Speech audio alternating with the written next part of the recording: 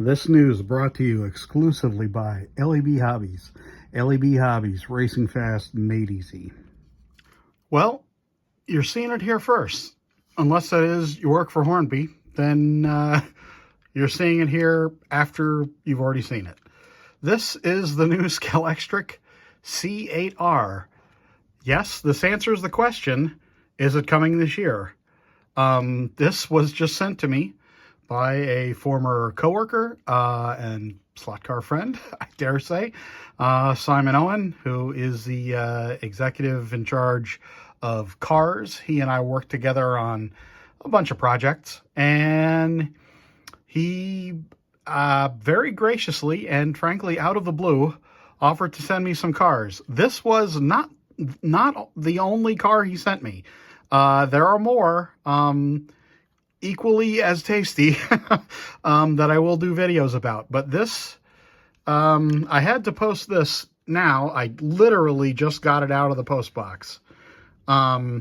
Look at the detail on this car, will ya? Look at this. I mean, there you go. This would be a functional car, obviously. This is quite clearly a pre or an early production, or it's a production sample, because you can see everything's I mean, it's all got molded in the chassis. The markings on it here, you can see the Jake ventals, or the chevrons, I should say. Holy cow. Yeah. Let's open this thing up, shall we? Okay, so one thing, before I open it up, this is how the wing attaches. Just some little posts, and it pops in right here. This looks like it's a really cool way of attaching the wing, so it doesn't get broken, frankly. The struts on the wing look pretty robust for, you know, wing struts. Yeah, there you go. Okay, let's open this up together, shall we?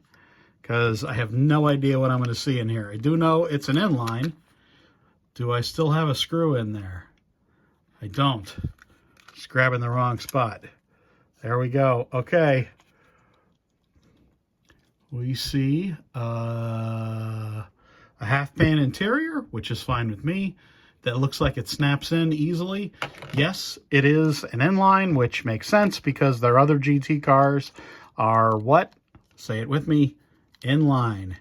I'm fine with this. I remember Simon and I talked about this while I was still working for Hornby, and he said that it made sense for it to be an inline because the other GT cars were inlines, which I perfectly, firmly, totally agree with. I think that's a good idea because once you start something, you got to continue it for the sake of parity.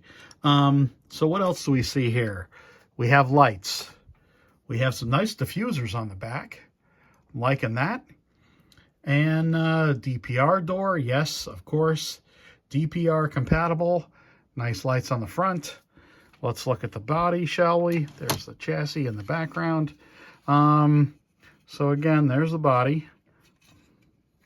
These lights, the larger banks of lights in the front are not lit. Doesn't look like they're lit anyway. No, just these lights, which, I mean, hey, that's fine with me. Just these top lights. The bezels on these lights are so chromed that it looks like the lights are on. That looks fantastic. And then driver detail inside is just fine. Not a whole lot to say about the driver. It's looks fine. I like the fact that they're doing a half tray interior, just that kind of pan, not a full interior, because who the heck needs that? And limited detail inside. Again, that is perfectly fine with me. Yeah,